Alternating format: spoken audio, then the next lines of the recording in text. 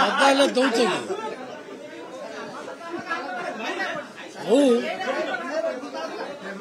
ଆମର ପ୍ରାୟ ବନ୍ଦ ହେଇଯାଇଛି କାହିଁ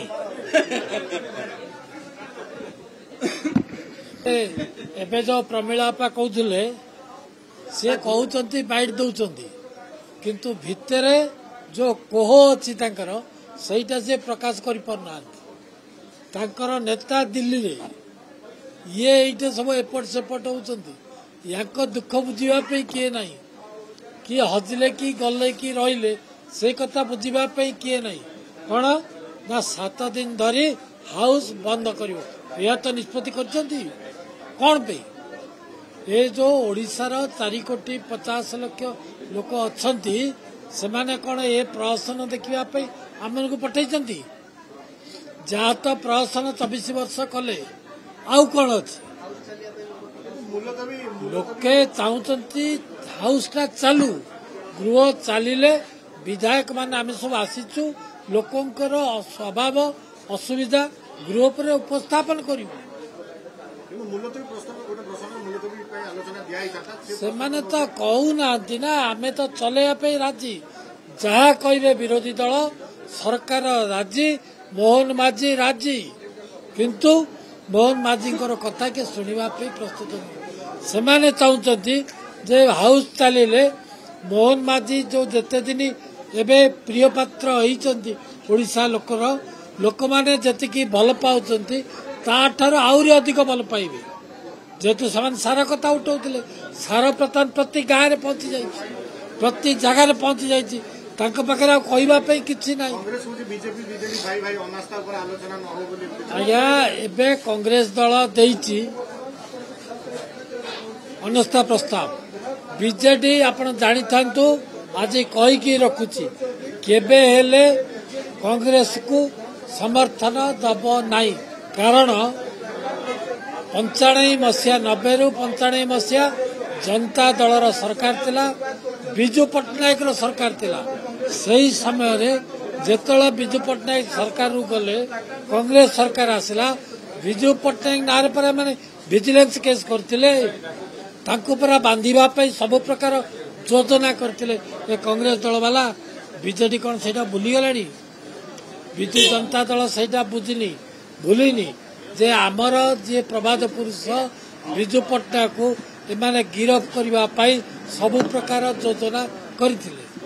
ସେଥିପାଇଁ ଏମାନେ ଯୋଉ କାହା ହାତରେ କାହା କାନ୍ଧରେ ବାଡ଼ି ରଖିକିରି କାହା କାନ୍ଧରେ ହାତ ରଖିକିରି ଏ ଯୋଉ ଗୁଳି ଫୁଟେଇବା ପାଇଁ ଚାହୁଁଛନ୍ତି କଂଗ୍ରେସ ଦଳ ସେଇଟା ହବନି। ଆଗର ତ କଂଗ୍ରେସ ଦଳ କିଛି କରିନାହାନ୍ତି ଏବେ ମଧ୍ୟ କିଛି କରିବାର ନାହିଁ। କିନ୍ତୁ ଦୁଃଖର ପରିତାପର ବିଷୟ ହେଉଛି 3 ଦିନ ହେଇଗଲା ଗୃହ ଚାଲିପାରୁନାହିଁ। ଇଏ ବିରୋଧୀ ଦଳ ଯୋଉ ପ୍ରକାର ଦେଖାଉଛନ୍ତି ହାଉସରେ ସେଇଟା ଅତ୍ୟନ୍ତ ନିନ୍ଦନୀୟ। ଓଡ଼ିଶାବାସୀ ଆଜି ନିନ୍ଦା କରୁଛନ୍ତି। ସରକାର ଆସିଲା ପରେ ପରେ ପ୍ରଥମେ ପ୍ରତ୍ୟେକ ବ୍ଲକର କାର୍ଯ୍ୟକ୍ରମକୁ ବନ୍ଦ କଲେ। ପଞ୍ଚାୟତରାଜ ସିଷ୍ଟମକୁ ଅଚଳ କରିବା ପାଇଁ ସମସ୍ତ ଚକ୍ରାନ୍ତ କରିଥିଲେ। ଏବେ ଅଚଳ କରିଛନ୍ତି ଏକ ଆଡଭାଇଜରୀ କରିକି ସେ ଅଚଳ କରିଛନ୍ତି। ଅର୍ଡର ଦେଇଛନ୍ତି ଯେ ଆମେ କୌଣସି କ୍ଷମତା ରଖିବୁନୁ ଚେୟାରମ୍ୟାନ ମାନଙ୍କର ସରପଞ୍ଚ ମାନଙ୍କର ଜିଲ୍ଲା ପରିଷଦ ଚେୟାରମ୍ୟାନ ମାନଙ୍କର ଜିଲ୍ଲା ପରିଷଦ ମେମ୍ବର ମାନଙ୍କର। ଏ ଏକ ଦୁର୍ଭାଗ୍ୟଜନକ କଥା। ଯେଉଁମାନେ ଜନପ୍ରତିନିଧି ପଞ୍ଚାୟତରୁ ୱାର୍ଡ ମେମ୍ବର ସ୍ତରରୁ ଏବଂ ପଞ୍ଚାୟତର ସାଧାରଣ ଲୋକଙ୍କ ପାଖରୁ ନିର୍ବାଚିତ ହୋଇକି ବ୍ଲକକୁ ଆସିଛନ୍ତି ପଞ୍ଚାୟତକୁ ଆସିଛନ୍ତି ତାଙ୍କର କ୍ଷମତାକୁ ହ୍ରାସ କରିବା ଏକ ଦୁର୍ଭାଗ୍ୟଜନକ କଥା। ଆମର ଦାବି ହେଉଛି ଏ ଅର୍ଡର ଯେଉଁ ସରକାର କରିଛନ୍ତି ସେ ଅର୍ଡରକୁ ବାତିଲ କରନ୍ତୁ ଏବଂ ଯେଉଁଭଳି ଭାବରେ ଚେୟାରମ୍ୟାନ ଭାଇସ୍ ଚେୟାରମ୍ୟାନ ଜିଲ୍ଲା ପରିଷଦ ଏବଂ ସରପଞ୍ଚ ମାନଙ୍କର କ୍ଷମତା ଥିଲା ତାଙ୍କୁ ପୁନଃ ସେହି କ୍ଷମତା ପ୍ରଦାନ କରାଯାଉ। ନଚେତ ଲୋକପ୍ରତିନିଧି ମାନଙ୍କର ତ୍ରିସ୍ତରୀୟ ଲୋକପ୍ରତିନିଧି ମାନଙ୍କର କୌଣସି କ୍ଷମତା ରହିବ ନାହିଁ ଏବଂ ସାଧାରଣ ଲୋକଙ୍କର କାମ କରିବାର କିଛି ସୁଯୋଗ ରହିବ ନାହିଁ। ତାଙ୍କର ଆନ୍ତରିକତା ରହିବ ନାହିଁ ସାଧାରଣ ଲୋକଙ୍କର କାମ କରିବା ପାଇଁ। ତେଣୁ ସରକାରଙ୍କୁ ଅନୁରୋଧ ଯେତେ ଶୀଘ୍ର ପାରୁଛନ୍ତି ଯେଉଁ ଅର୍ଡର କରିଛନ୍ତି समस्त क्षमता को हास कर केवल विडीओ पाखे क्षमता ठूल कर से क्षमता को विकेन्द्रीकरण कर जो भाव में आगुरी विकेन्द्रीकरण होता से भाव में विकेन्द्रीकरण कर समस्त क्षमता दि जाऊ चेयरमैन वाइस चेयरमैन जिला परिषद सरपंच मान जो क्षमता थिला से पुणी क्षमता दि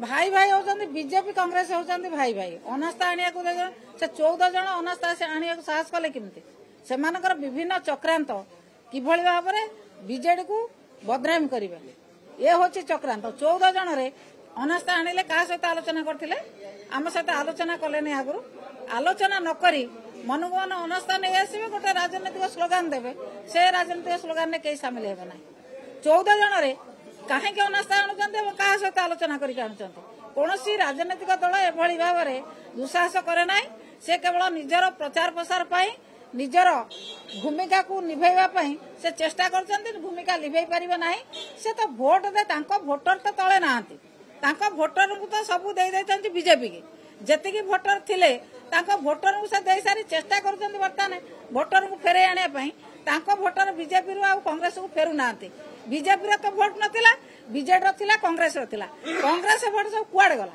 कांग्रेस भोट तो सब बीजेपी की जाइए जेते चेष्टा कले भोट दे सारिके जेते चेष्टा कले आउ भोट फेरू ना जेते प्रकार चक्रांत कले भोट आसब ना कि से नेता को चेष्टा कले नेता हो पारे ना मद दुकान 70टा खोल राज्य मदमुक्त हे ना जो बीजेडी गवर्नमेंट था से बीजेपी कहला संपूर्ण भाव मदमुक्त करने कौन है विधानसभा इलेक्शन पूर्व साधारण निर्वाचन पूर्व बीजेपी स्लोगान देथिला कौन ना ओडिया माटीर सेवा करिवो ओडिया अस्मिता निशामुक्त ओडिशा ये निशामुक्त ओडिशा करूचंती कि कौन निशायुक्त करूचंती आपण माने देखंतु जो भली भाव में कथा कह के आसीथिले से कार्य किछि करूनांती निशामुक्त करिवे याड कहउचंती हम सेवा सप्ताह पालन करूछु एवं निशामुक्त भारत तयारी करूछु देखला बेलको ओडिशा रे 2टा मद फैक्ट्री करचंती 70टा काउंटर करचंती एथिरे केवल महिला माने बेसी क्षतिग्रस्त हेबे एवं जो माने गरीब श्रेणी लोक मैंने बेसी क्षतिग्रस्त हे